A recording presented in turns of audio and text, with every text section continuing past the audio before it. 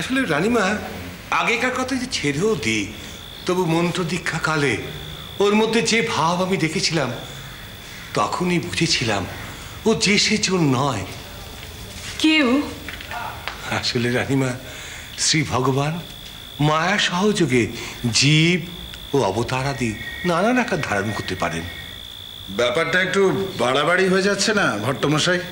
সেজবাবু, বাড়াবাড়িটা আপনারা করলে করতে পারেন, তবে গদাধর যা তাই। আমার যেন কেমন লাগছে মা। তুমি কি দেখে এলে মথুর? দেখেছি, বলছি আপনাদের কথা হয়ে যাক, তারপর বলবো। আমাদের কথা শেষ হয়ে গেছে, এবার আপনারা কথা বলতে পারেন। আমি চলি রানীমা, ওই ভাবছি কাল পরশুর মধ্যে একবার দক্ষিণেশ্বরে যাব বলে মনে করেছি। আমি চলি। হ্যাঁ, চলি সেজবাবু।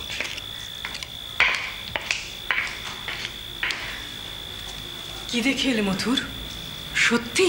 ও কি দেখেছে সেটা তো আমি দেখিনি, আমি শুধু শুনলাম। সবাই কি বলছে? কেউ মুখ খুলছে না। কেন? হয়তো বিশ্বাস আর অবিশ্বাসের দোলায় দুলছে। তুমিও? অনেকটা। কেন? এমনও হয় বারবার। তুমি কি আজ অবধি এমন একজনকেও দেখেছো যে অন্তত একবারের জন্য মাতৃদর্শন করেছে? না।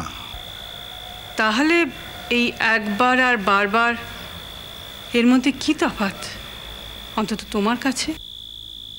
ও মন্দিরের কাজে লাগবার আগে তুমি নিজেই তো বলেছ ওর মধ্যে তুমি এমন একটা ভাব দেখেছো যাতে তোমার মনে হয়েছে ওর নিষ্ঠা এবং পবিত্রতাবোধ আর সকলের থেকে আলাদা। আগে হ্যাঁ। তুমি নিজে ওর হাতে তৈরি শিবমূর্তি এ বাড়িতে এনে রেখেছ। তুমি নিজে বলেছ কার বাড়ি কুমোর বা পটুয়াদের হাতে বাবার এরকম ভাব ফোটে না। তুমি নিজে বলেছ সত্যিকারের ভক্ত না হলে এমন চিদানন্দ মহেশ্বরকে আঁকা যায় না। অস্বীকার করছি না। মথুর, রাধা গোবিন্দ মন্দিরের ভাঙা বিগ্রহের পা জুড়ে পুজোর বিধান দিয়ে ছোট ভট্টাচার্য যে ভাব দেখিয়েছিল, তখন তুমিই বলেছিলে ভগবানের প্রতি এরকম আত্মীয়তার ভাব এর আগে কখনো তুমি দেখোনি। শুধু দেখিনি তা নয় মা, শুনিনি, কল্পনাও করিনি কোনোদিন। তাহলে? তাহলেও সংশয় আর সন্দেহ নিয়ে কাউকে যাচাই করতে যেও না মথুর। পরীক্ষা করতে হলে প্রয়োজন আস্থা, ভরসা আর বিশ্বাসের।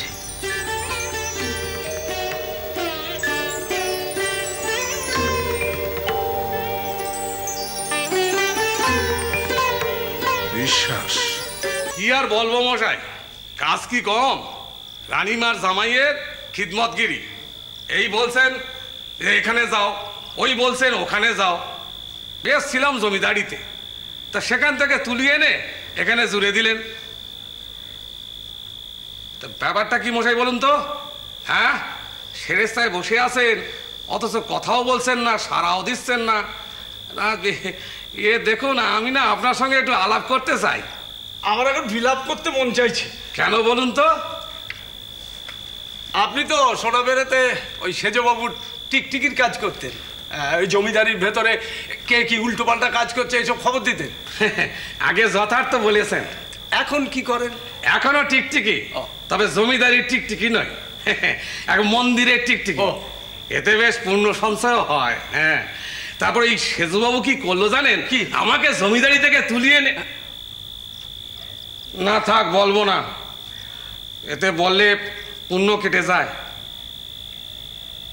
না, বলেই ফেলি। তারপর সেজুবাবু আমারে ডাকা করালেন। তা আমি ভাবলাম কি না কি কাজ। তো উনি বললেন যে এই মন্দিরের সমস্ত খবরাখবর খুঁজে বার করতে হবে। তো আমি প্রথমটা বুঝতে পারিনি। তা আমি ভাবলাম যে মন্দিরের ভেতরের কাজ আবার কি খুঁজে বার করব। উনি বললেন একজন পুরোহিত আছেন, হ্যাঁ, সে নাকি বিরাট ভক্তি ভাব নিয়ে এই মন্দিরের সমস্ত বানচাল করে দিচ্ছে। আমারে ওই শুকে শুকে সমস্ত খুঁজে বার করতে হবে যে মানুষটা সৎ না ঠক। সেই মতো আমি কাজে লেগে পড়লাম।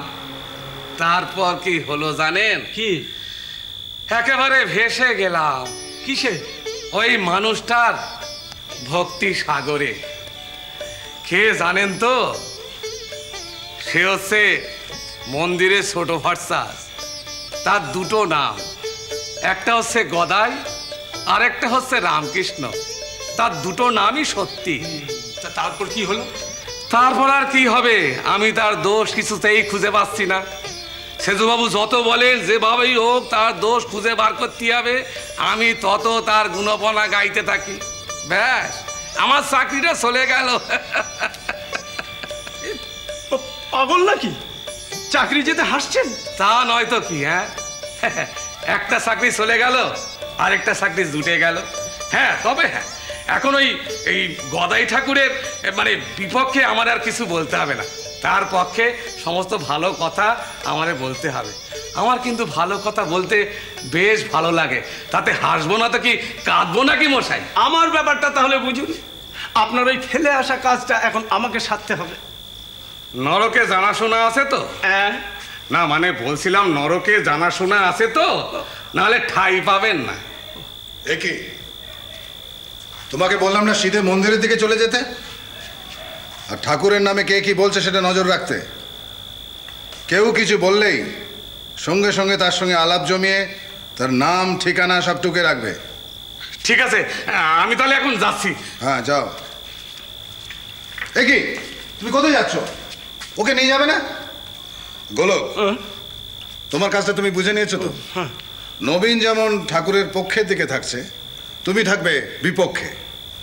ঠাকুরের দলে কারা কারা আছে, সে আমাদের মন্দিরের কর্মচারী হোক আর বাইরের ভক্তই হোক, তার নাম ঠিকানা ঠিকুজি সব তৈরি করবে। আমার মাথায় কিরকম গোলমাল হয়ে যাচ্ছে বাবু।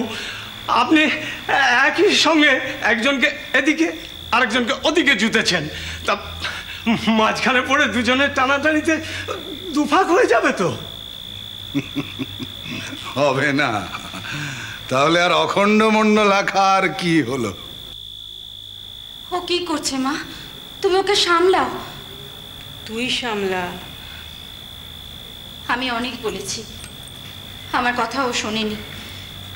ঠাকুর, দেবতা, মানুষ সবাইকে এক নিক্তিতে ওজন করে। এ কি ঠিক বলো? এখন আবার নতুন করে ঠাকুরের পেছনে লোক লাগাচ্ছে। ওর কাজ ও করছে, তাতে তোর কি?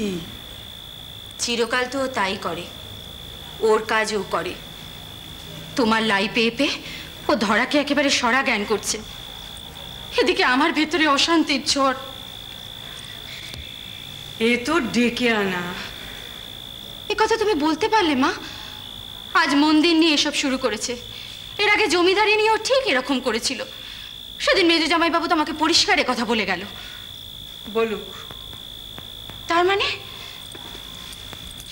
তুমি জেনে শুনে ওকে সায় দিচ্ছ? তুই কি এখন আমাকে জেরা করবি ছোট? আমি যে আর পারছি না মা। তোমাদের শাশুড়ি জামাইয়ের পাশা খেলায় আমি আর কতকাল পাশার ঘুঁটি হয়ে থাকবো বলো তো?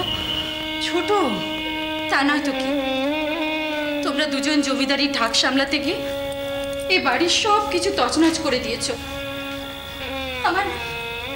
আমার একমাত্র দিদি বেঁচে থেকেও আমার কাছে মৃত। জামাইবাবুরা দেখা হলে আমাকে ঠেস মেরে মেরে কথা বলে। তাদের ছেলে মেয়েরা কেউ আমার ধারে কাছে আসে না। এসব কথা আমাকে বলছিস কেন? বলছি কারণ সব তোমার জন্য।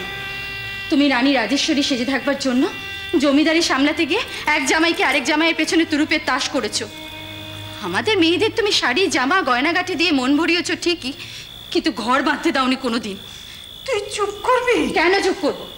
কেন চুপ করবো? আজ তুমি মন্দির বানাচ্ছ ঠিক কথাই, কিন্তু তোমার কৃতকর্মের জন্যেই তো তোমার জামাই আজ তোমার উপর সুযোগ নিচ্ছে।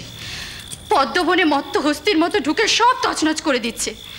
ঠাকুরের পেছনে লোক লাগাচ্ছে, অথচ তোমার কিছু বলার ক্ষমতা নেই। তুমি আমার ইহকাল খেয়েছো আর সে আমার পরকাল খাচ্ছে। শ্রীরাম কৃষ্ণ।